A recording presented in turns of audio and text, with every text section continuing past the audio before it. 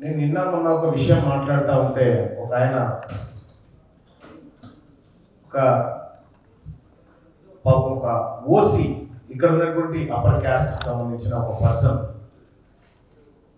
నాతోని వాగ్వాదానికి దిగింది ఫోన్లో. ఏమని? ఈడబ్ల్యూఎస్ రిజర్వేషన్ ఇస్తే నీకు బాధ ఏంటి అనేది ఆయన వాదన. నేనేం చెప్పిన అంటే, ఇక్కడ తెలంగాణలో ఉన్నటువంటి ఒక రెండోల పిల్లవాడు ఈడబ్ల్యూఎస్ రిజర్వేషన్ ఇంత ఇస్తే మీకు వచ్చిన బాధ ఏంటి, మీరు గుర్తుగా తింటున్నాం అనేటువంటి మాట్లాడుతున్నారు. నేనేం చెప్పినంటే, కర్ణాటకలో ఉన్నటువంటి రెడ్డి గారిని అక్కడ ఓబీసీల జాబితాలో ఉన్నాడు. ఆయనతో ఈ మాట అనిపించి చూడు.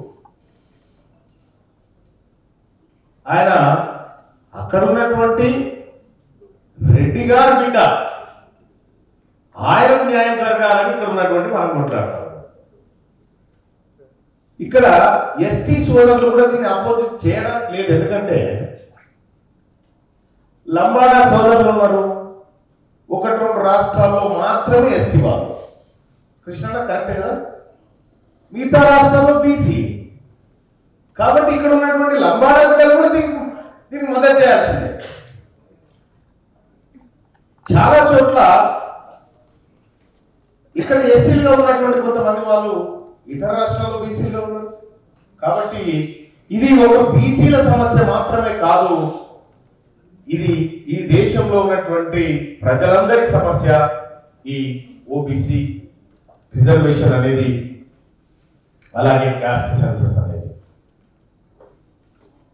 ఇంకా యూనివర్సిటీల గురించి మీ అందరికీ తెలుసు.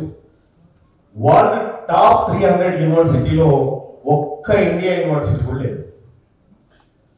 ఇండియాలోని ఏ ఒక్క యూనివర్సిటీ కూడా టాప్ 300 యూనివర్సిటీలో చోటు లేదు. మన ఇన్స్టిట్యూషన్ల గురించి మాట్లాడుకుంటే, విద్యా వ్యవస్థను చిన్నాభిన్నం చేస్తే మెజారిటీ ప్రజల నుంచి కోరికలు తగ్గిపోతాయి, వాళ్ళు అన్ని రకాలుగా దూరం పెట్టవచ్చు అనేటువంటి ఒక ఇంటెన్షన్ పాలక వర్గాలకు ఆ రోజుల్లో ఉన్నాయి. 1969లో తెలంగాణ మూవ్మెంట్ జరిగింది. తెలంగాణ మూవ్మెంట్ జరిగిన తర్వాత ఉస్మానియా యూనివర్సిటీ విద్యార్థి లోకం అంతా రోడ్డు మీదకి ఎక్కి బగ్గున మండింది. మా రాష్ట్రం మాకు కావాలని చెప్పి కొట్లాడింది. కానీ అప్పుడు ఉన్నటువంటి పాలకులు ఏం చేశారు తెలుసా? తెలంగాణ రాష్ట్రం ఏలే, ఈ పిల్లలు ఖాళీగా ఉంటే ఆలోచిస్తా ఉన్నారు, ఈ పిల్లలు ఖాళీగా ఉంటే మా హక్కులు ఏమని చెప్పి ఆలోచిస్తా ఉన్నారని చెప్పి ఏం చేశారంటే, ఆ ఉస్మానియా యూనివర్సిటీ పక్క పొంటి సంధ్యా థియేటర్ అని ఒకటి కట్టింది. సంఘం అని ఒక థియేటర్ ఉంది, సంఘం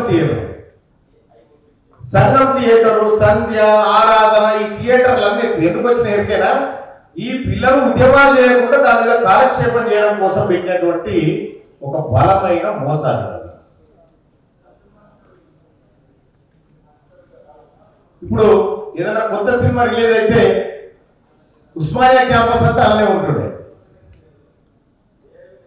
అంటే వాళ్ళ పాలనను సుస్థిరం చేసుకోవడానికి, మన నుంచి ఎలాంటి థ్రెట్ లేకుండా ఉండడానికి ఆ వర్గాలు ఏ రకమైనటువంటి ఆలోచన చేసినాయో చూడండి. అందరికీ శరార్థులు. పెన్నుతో మీకు మంచి సోపతుందా? తెలంగాణ యాసలో ముచ్చట్లు రాయడం మీకు తెలుసా? మీలాంటోళ్ళనే ఎత్తుకుతుంది మా క్యూ న్యూస్. మరి ఆలస్యం చేయకుండా మాకు ఫోన్ చేయండి. 8688892608. లైక్ చేయండి.